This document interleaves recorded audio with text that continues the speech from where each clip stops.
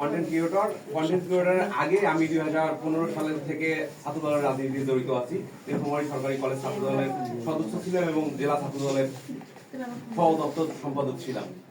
আমার বন্ধু ফয়সাল হোসেন সাবেক ছাত্র দলের আহ্বায়ক নীলফামারী সরকারি কলেজ, তার হাত ধরে আমার রাজনীতিতে আসা। তারপরে কন্টেন্ট ক্রিয়েটর এটাকে পেশা হিসেবে নিয়েছি। তো আজকে আমরা অনলাইনে যারা কাজ করতেছি, বিশেষ করে যারা বিএনপি পন্থী, এদেরকে প্রচুর পরিমাণ, বিশেষ করে নারীরা যারা আছে, তারপরে আমরা যারা বিএনপি পন্থী কাজ করি, তাদের প্রচুর পরিমাণ সাইবার অ্যাটাকের শিকার হতে হচ্ছে। এটা আমাদের এক ধরনের দুর্বলতাও বলা যেতে পারে। তবে এই সাইবার অ্যাটাককে প্রোটেক্ট করার জন্য 5 আগস্ট পরবর্তী যে আমরা সাইবার অ্যাটাকের শিকার হচ্ছিলাম, এর পরবর্তীতে আমরা যখন বুঝতে পারলাম যে এটা আমাদেরকে নিয়ে, বিএনপি পন্থী যারা আছি তাদেরকে নিয়ে অপপ্রচার চালাচ্ছে, এরপর কিন্তু আমরা ধীরে ধীরে স্ট্রং হওয়া শুরু করছি। এরপর এই যে আজকে তুহিন ভাইকে অনেক ধন্যবাদ, আমাদের নীলফামারী জেলার গর্ব। তিনি আমাদের কথা চিন্তা করে তিনি নীলফামারীতেই রাজনীতি করতেছেন। তিনি কিন্তু আজকে নীলফামারীর বাইরে ঢাকা শহরে রাজনীতি করতে পারতেন, কিন্তু আমাদের নীলফামারীর কথা চিন্তা করে আমাদের এলাকার এই যে উত্তর অঞ্চলটা আমাদের অবহেলিত, আমাদের এই অবহেলিত মানুষকে উন্নত করার জন্য তিনি কিন্তু নীলফামারী রাজনীতি করতেছেন।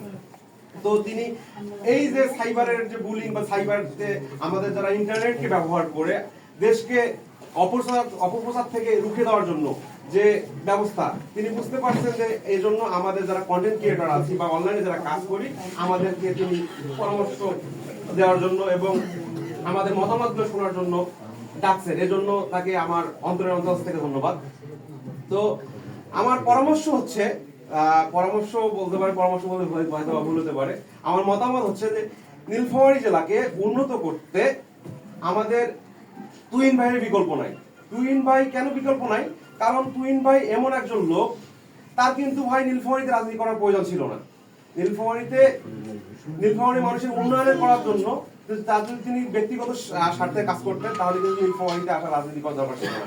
তিনি কিন্তু শুধুমাত্র তুহিন নন, তিনি আমাদের দেশ নেত্রী বেগম খালেদা জিয়ার ভাগ্নে। তেনার আব্বা একজন স্বনামধন্য অধ্যাপক ছিলেন, হ্যাঁ, স্বনামধন্য অধ্যাপক ছিলেন। তার কিন্তু অর্থনৈতিক কোনো সমস্যা নাই। যেহেতু আমাদের কথা চিন্তা করে তুহিন ভাই নীলফামারীর বাসীর কথা চিন্তা করে এই নীলফামারীতে রাজনীতি করতেছেন। সুতরাং আমরা যারা কন্টেন্ট ক্রিয়েটর আছি, আমাদের উচিত, আমরা তো সবাই নীলফামারী, তাই না? কিন্তু আমরা সবাই নীলফামারীর, আমাদের নীলফামারীতে উন্নয়ন করার প্রয়োজন আছে অবশ্যই। নীলফামারীতে উন্নয়ন করার জন্য আমাদের তুহিন ভাইয়ের কি কোনো বিকল্প আছে? না। আগামী সরকার রাষ্ট্র গঠন করবে বিএনপি সরকার। এখন বিএনপি সরকার প্রধানমন্ত্রী হবে তারেক রহমান। তারেক রহমানের ব্লাড হচ্ছে আমাদের তুহিন ভাই। জি।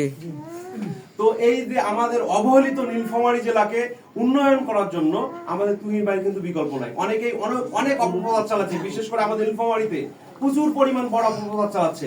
এইটাকে রুখে দেওয়ার জন্য আমরা যারা সাইবার যোদ্ধা আছি, আমরা যারা কন্টেন্ট ক্রিয়েটর আছি, আমাদের এই কাজ হচ্ছে তাদেরকে রুখে দেওয়ার জন্য আমাদের সত্য প্রসার গুলা করতে হবে।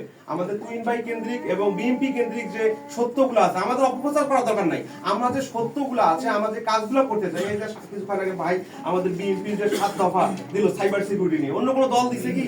আমাদের যারা কন্টেন্ট ক্রিয়েটর আছে বা ইন্টারনেটে যারা কাজ করি, আমাদেরকে নিয়ে কোনো প্ল্যান আছে কারো? না। বিএনপির আছে।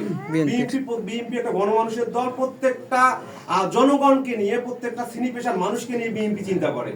তো যে দলটা, যে সংগঠনটা আমাদেরকে নিয়ে চিন্তা করে, আমাদের উচিত সেই সংগঠনের জন্য কাজ করা, দেশের জন্য এবং রাষ্ট্রের জন্য, আমাদের এলাকার জন্য, নীলফামারীর জন্য।